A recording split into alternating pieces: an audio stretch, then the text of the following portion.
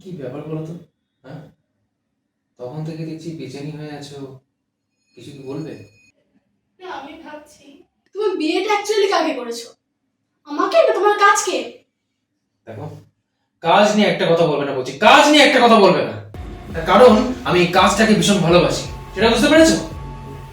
তুমি থাকো তোমার কাজ নিয়ে, তুমি দেখবে একদিন তোমার জীবনে সবকিছু থাকবে, আমি থাকবো না। হ্যাঁ, তাই থাকবো। কাজ নিয়েই থাকবো, আমি কাজ নিয়েই থাকবো। এই, তুমি একটা কাজ করো তো। হ্যাঁ, যাও যাও, গিয়ে নিজে কাজকর্ম করো, যাও।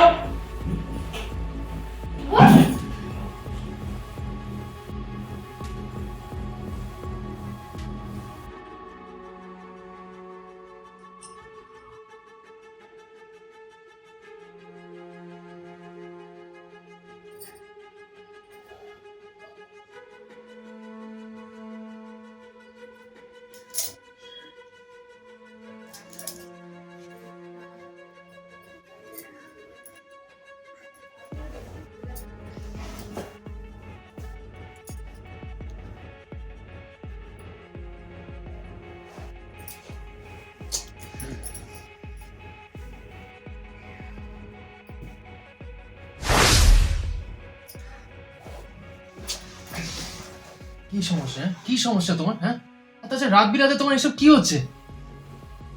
দেখো, আমাকে ঘুমাতে দাও প্লিজ। কালকে সকালে উঠে আমাকে অফিস যেতে হবে।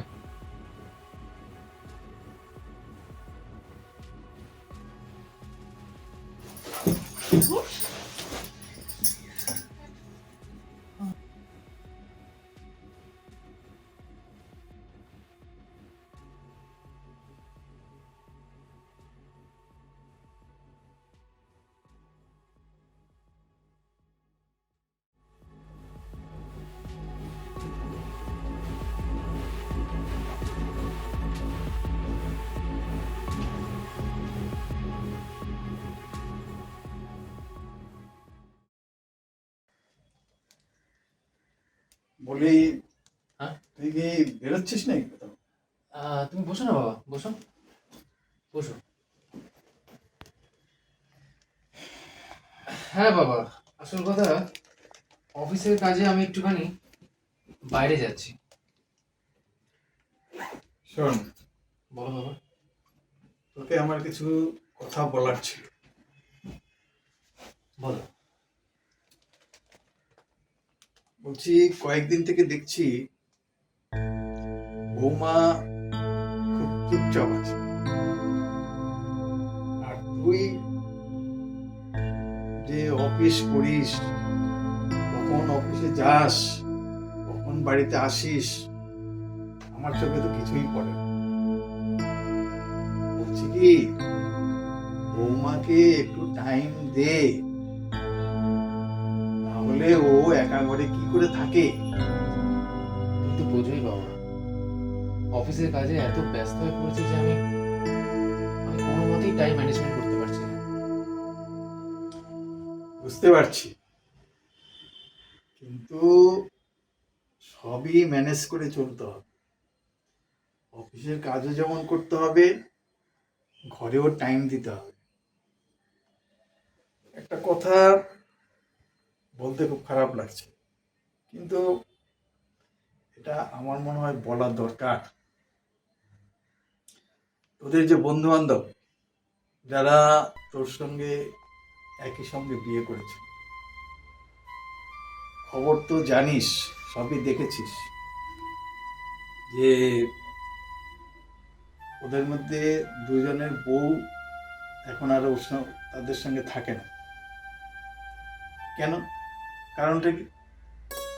যে তারা ওদের বইয়ের পিছনে সময়টা দিতে পারছে না। কাজেই ওকে যেটা বলার, কাজ তো করতেই হবে, ঘরেও সময় দিতে হবে, সব দিক ম্যানেজ করেই চলতে হবে। আমি তোমার কথা বুঝতে পারছি বাবা, কিন্তু এই মুহূর্তে আমাকে অফিসের কাজের জন্য বাইরে যেতেই হবে।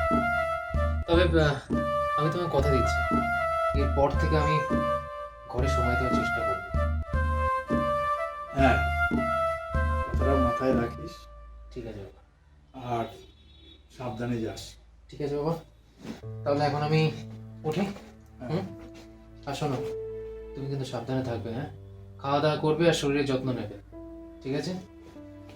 আমাকে নিয়ে ভাবতে হবে না। ঠিক আছে, চলি তাহলে, হ্যাঁ? সাবধানে থেকো, আসছি।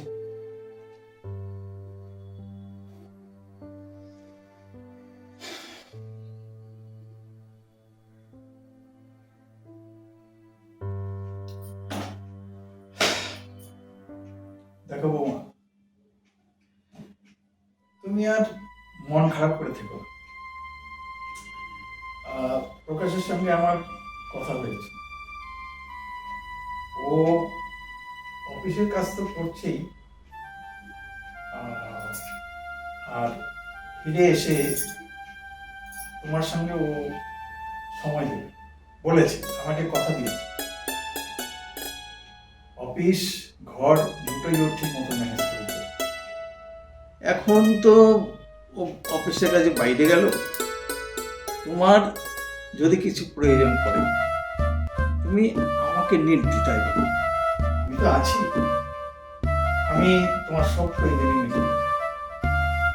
ঠিক আছে? ঠিক আছে বাবা।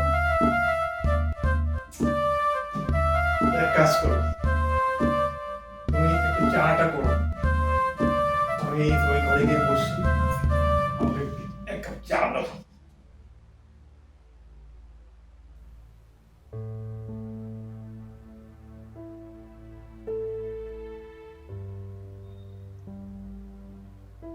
এই নিন বাবা, আপনার চা। চা এনেছো? খুব ভালো হয়েছে।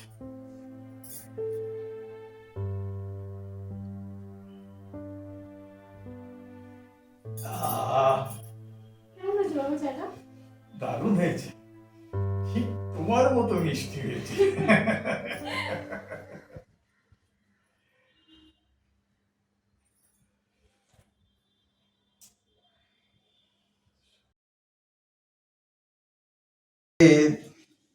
মনটা বেশি ভালো লাগছে না রে, সেই পুরোনো দিনের কথা মনে পড়ে যাচ্ছে। সেই একসঙ্গে আড্ডা দেওয়া, একসঙ্গে কত কিছু, ফোনে আর কি বলবো। আজকে মনটা চাইছে যে আগের মতো পার্টি আয়োজন করি, কি বলিস? টাইম হবে? ও আচ্ছা আচ্ছা, তুইও ফ্রি আছিস? ঠিক আছে ঠিক আছে, তাহলে এক কাজ কর না, ওই যে আগে যে হোটেলটায় আমরা গিয়েছিলাম ওই হোটেলটায় একটু পার্টি আয়োজনের ব্যবস্থা কর না। আড্ডা, খাওয়া দাওয়া সব কিছুই হবে, আর আনন্দ ফুর্তিও হবে। হ্যাঁ হ্যাঁ হ্যাঁ হ্যাঁ, আমি এদিক থেকে দীপককে আর ওই কৌশানীকে নিয়ে যাবো সাথে করে। টাইম কটায় বলবো রে? হ্যাঁ একদম ঠিক টাইম, সন্ধ্যা 7টায়। তাহলে ওই কথাই রইল, তুই সব আয়োজন কর, আমি ওদেরকে নিয়ে যাবো, দীপক আর কৌশানীকে আমি নিয়ে যাবো। হ্যাঁ হ্যাঁ, যাচ্ছি।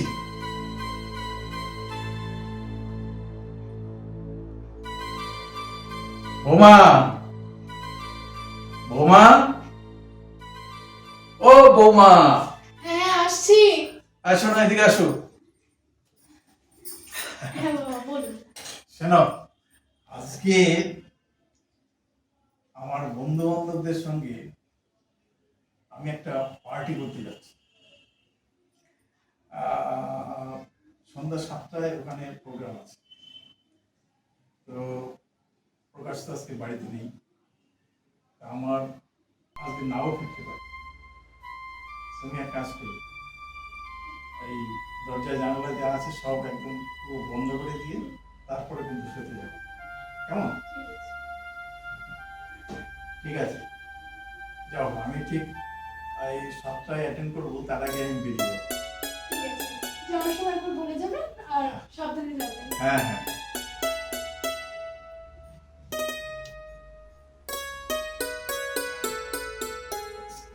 মজা হবে।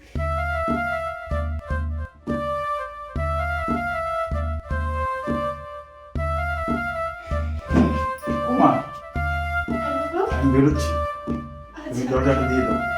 ঠিক আছে, আমি দিয়ে দিচ্ছি। যাবেন। হ্যাঁ হ্যাঁ।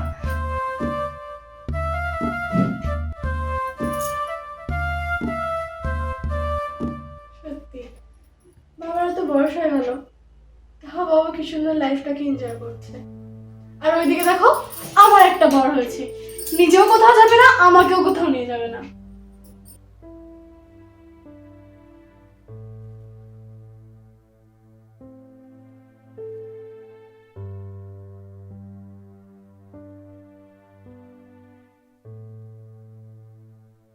বাবা পার্টি কেমন হলো? দারুণ দারুণ। ছবি তোলেননি? হ্যাঁ, এই যে দেখো দেখো দেখো, এই যে দেখো।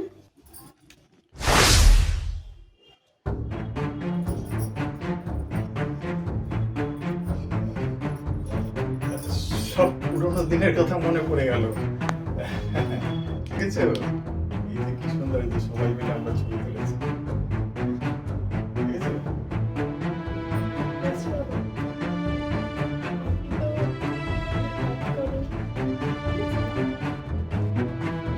আপনার ছেলের কথা বাদ দিন তো, সে তো শুধু কাজ কাজ নেই, আমাকে সময় দেয়।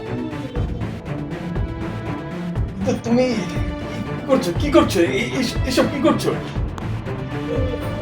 হাত সরো, হাত সরো।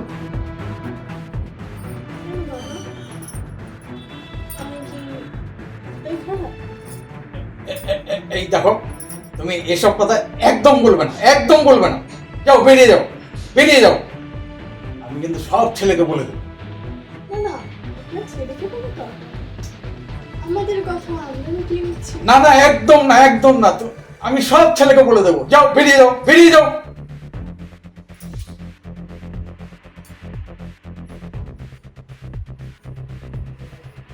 না, ছেলেকে আমি এসব কিছুই বলবো না। ওরা ঠিক মতো সংসার করুক, সেটাই আমি চাই। ওরা সুখে শান্তিতে থাকুক, সেটাই আমি চাই। ছেলে বাইরে থেকে ফিরে এলে আমি বলবো বৌমার জন্য একটু বেশি করে সময় দিতে। ছেলের যদি কোনো দিক থেকে দুর্বলতা থাকে, আমি প্রয়োজনে ডাক্তার দেখাবো, ওকে সুস্থ করে দেবো। ওদের সংসারটা যেন মজবুত হয়, শক্ত। হাই ফ্রেন্ডস, আবার চলে এলাম গল্পের শেষে একটা জরুরি বার্তা দিতে। শ্বশুর মশাই আপনি বলুন। আদৌ কি আমার ছেলে সুস্থ হলো? আমার বৌমার মন জয় করতে পারলো? নাকি বৌমা আবার আমার প্রতি আকৃষ্ট হয়ে পড়লো? এটা জানতে আমাদের পরের পর্বে আপনারা চোখ রাখুন। আর চোখ রাখতে হলে কমেন্টস করুন তাড়াতাড়ি, কেমন?